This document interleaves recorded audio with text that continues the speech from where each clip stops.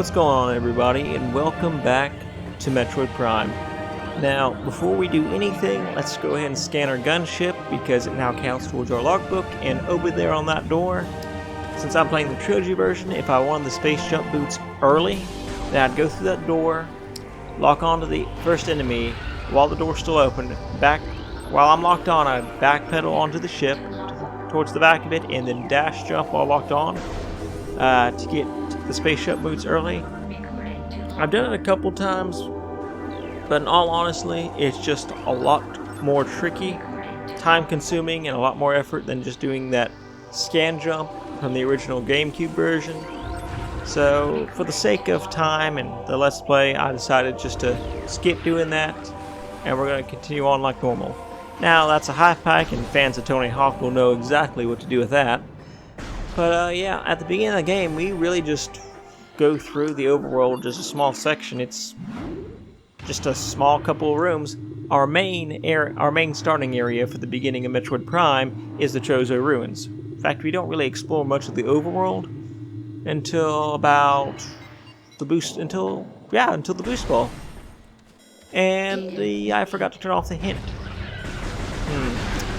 Yeah, I'll just leave it on. If anyone doesn't know where to go in this game, they have the hint system where after you're wandering around for a certain amount of time, it'll just tell you where to go. Now, it works as it'll tell you where you're supposed to go, but it won't tell you how to get there. So it's pretty much personal preference whether you want it on or not. So I'll leave that up to whoever's playing the game. But anyway, this is the Chozo Ruins, which aesthetically, I do love the look. It's our desert level. And we got more beetles, and over here is a blast door which we need missiles to open. Yeah, standard Metroid stuff so far. And another half pipe. We're gonna have some fun with the boost ball later. It's one of my favorite parts of this game. Anyway, be careful of these for first-time players and veterans who forget about them. These are scarabs. If you just rush through them at the beginning of this game, they will kill you. There's about 50 of them, and each of them do 2 points of damage, so if you're not paying attention, you just rush through them because you just want to get your upgrade that you had in the Orpheon as fast as possible, and it slips your mind. Well, if you did, it just sends you right back to this gunship where you saved. And if you didn't save, then you gotta start over again. So just be careful of that, because it did happen to me a couple times, and it's annoying to deal with. Anyway, we have some wasps and a wasp nest. Nothing too exciting, except we're close to getting our missiles, so everyone who's played Metroid Prime will know how annoying that Hive Mecca is, which we're about to face in another couple minutes. But anyway, if we go in here, we have these things, which are pretty much just fireflies. They're called plasmites, but I just call them fireflies, it's easier. Anyway, we have these weeds, which we do need to scan, and unlike in Metroid Prime 2 and 3, all the health and missile pickups, including the variety of 3, 5, 10, they're all important for the logbook, so be sure to scan them. They changed that for 2 and 3, where they're not important anymore, so if you're playing 2 or 3, don't worry about them. But if you're playing Metroid Prime for 100% logbook, you are going to need them. And we're at the Hive Mecca. What makes this annoying is that these bees are just... First off, fills up with toxic water, which until we kill a certain something is not going away. And then this thing shoots out bees. Yeah. That's pretty much it. Anyway, they are, just scan them. You should be used to that by now. And they just fly around in circles, and they're just incredibly annoying, and they stop for a second before they just charge you. So you have a few seconds to get rid of them. At this point, since I'm playing the Trilogy version, I'm not even going to bother to just lock onto them. I'm just going to shoot free aim. And, that's the first time I have failed to strike it all in one hit, but whatever. It allowed me to scan it, so... Oh, my bad, I pressed the wrong button there. Anyway, you pretty much destroy all the bees in a wave, it'll open up, it'll have a red glowing thing, and like with every video game, shoot the red glowing thing until it blows up. You do it 3 times, boom, you've defeated the bee cannon. I mean the Hive Mecca. I don't know, before I learned to scan things when I was first playing this game, I always called it the bee cannon. Yeah, I was like 7 years old. But anyway, after we beat the bee cannon, we get the missiles, which you get 5, so... that's right. This is the most annoying part of the battle. This huge wave of bees. But luckily, they all go in the same pattern, so if you're quick enough, you can just rapid fire on one of the lines that they're going in circles with, and hopefully take out a couple of them like that right there. That just depends on how good your aim is. Sometimes you can get lucky and just clear out half of them before they stop. And sometimes you don't get lucky and you just gotta do it the slow and sure way. Yeah, that's pretty much all there is to this boss battle. And of course the room is sealed, so you can't just pray that the toxic water doesn't kill you and leave the room. Yeah, so you're stuck in this until you kill all the bees. And with that, the Hive Mecca is dead. Well, it's a machine, so I don't know if it can be dead, so let's just say we destroyed it. Now we're going to get our missiles, which, if you see that blast door right in front of us, there is an energy tank behind that. Now, you don't have to actually open up that door, but I highly recommend you do because it's an energy tank. And the more health you have early in Metroid games, the better. So let's go ahead and do that right now. Now there are weeds in there, so be careful not to fall down, and, well, it just costs you a couple seconds. Now that's a Morph Ball tunnel, which unfortunately we don't have, so we're going to go get it right now. That's where... Oh, thanks, Flagra. Thanks for doing that. I was wondering how I was going to get back up there. Not really. Now we go all the way back to that first blast door we saw. And we blow that up, and we go and fight the next boss to get our Morph Balls. There is a nice little detail when you first get the Morph Ball that I'll go into when we get to it. But in this room... I was gonna go on the ledge and show you. Come on a second. There we go. You can do this. Yep. So as long as you have excess missiles, just shoot a missile, take out the beehive, easy peasy. They're less annoying that way. Now take out these blast caps, and you see that little wall up there, shoot a missile in there, and we get our first missile expansion, which increases our missile count by 5 missiles. So now we have 10. And there's another missile expansion in this room, but we need the Morph Ball for that, so now blow up this door and we get a map room, for those of you who want the map. But I played this game a lot, so I know where I'm going, so I don't need the map. And they're not, once I've scanned the map room, they're not really important for anything else, so you can just ignore it. There's another missile expansion right there, but we need the Morph Ball bombs to get that, so that'll be on hold for a minute. Needless to say, we will be coming back in this area quite a lot throughout the playthrough. And don't forget the scarabs.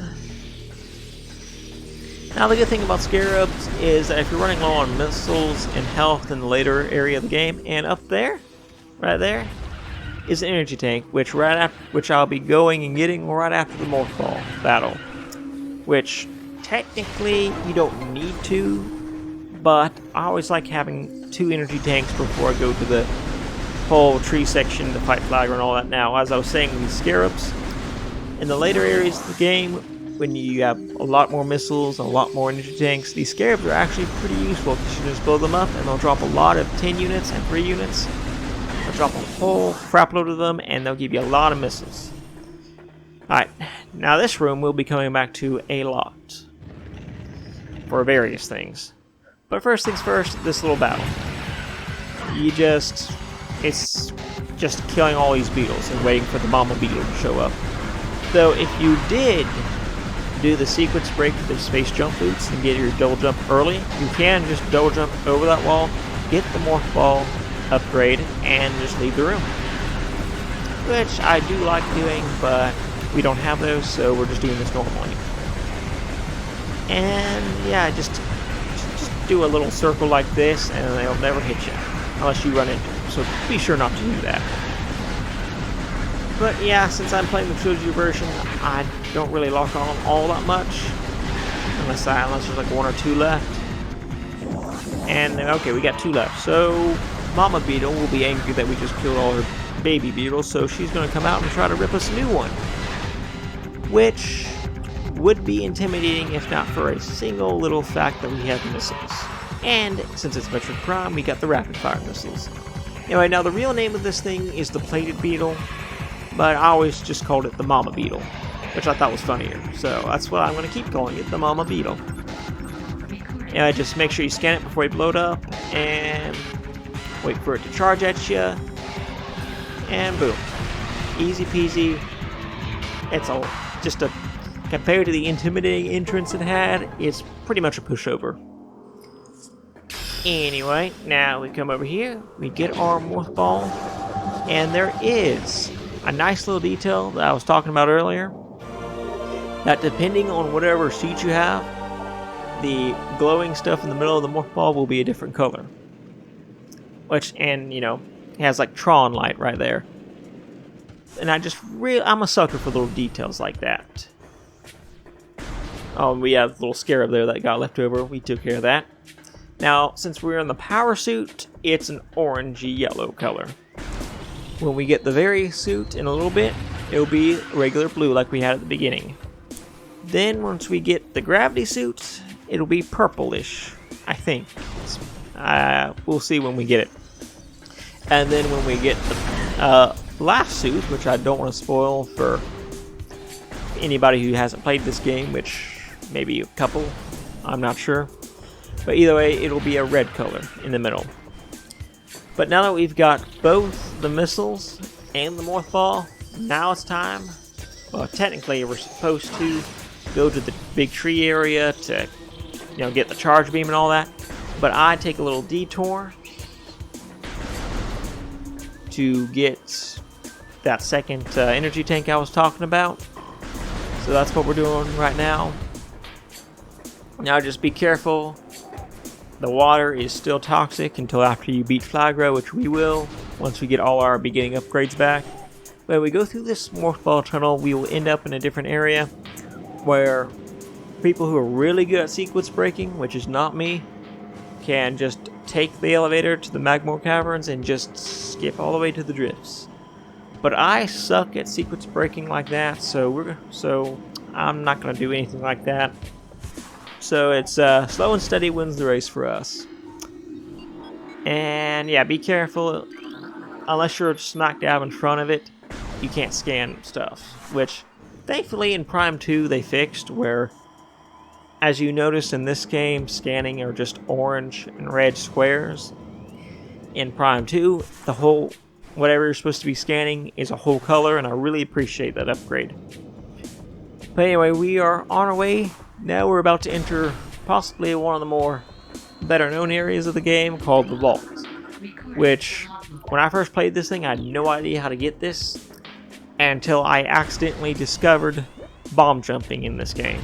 Which is a whole heck of a lot easier now that we got the jump ball in the Trilogy version. Anyway, we get our second energy tank, so that's nice. And conveniently, we just fall down here, and we go to where we're supposed to be.